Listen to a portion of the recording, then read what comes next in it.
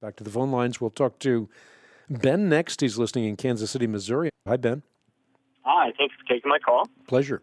Reading Has God Spoken right now, and really enjoying it. I appreciate your ministry in all different ways. So my question has to do with spiritual warfare, and I'm trying to figure out if it is just a war that's going on within me that's created by the positive and negative that's in me as a person and the flesh and all that involved, or is there really spirits, demons, if you will, that run around and plant seeds in my head of thoughts? And I know it may be difficult to define it without particulars on a situation, and I don't have any.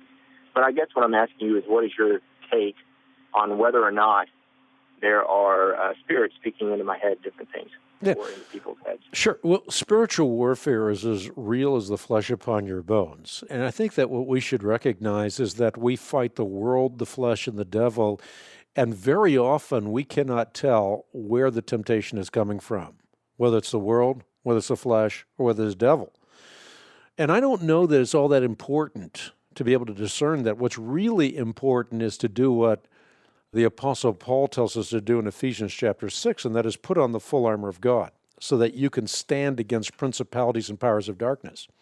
If you put on the full armor of God, then you're invincible in spiritual warfare. If you do not, you're a guaranteed casualty.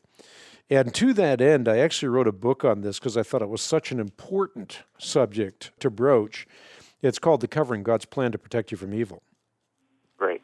But yeah, let me say one other thing, just in postscript to your question, just thinking about that as I concluded my remarks, and that is that so often what happens in spiritual warfare is we overestimate the power of Satan or we underestimate the power of Satan. So it is true that Satan cannot zap you, he cannot lift you up and throw you against a wall, he can't hit you, because he's non-physical. But he can, as it were, sit on your shoulder and whisper into your ear. The whisper cannot be heard with the physical ear, but it does penetrate the ear of the mind. Now, can I explain how that works? No. I can't explain how the mind can cause the physical synapses of the brain to fire, nor can modern science. But that, both propositions are true, is absolutely credible in an age of scientific enlightenment. So there is real spiritual warfare. Satan is tempting you, and therefore you are vulnerable unless you learn to put on the full armor of God. Thank you. That was a very good answer. And I'd like to say just some encouragement to you.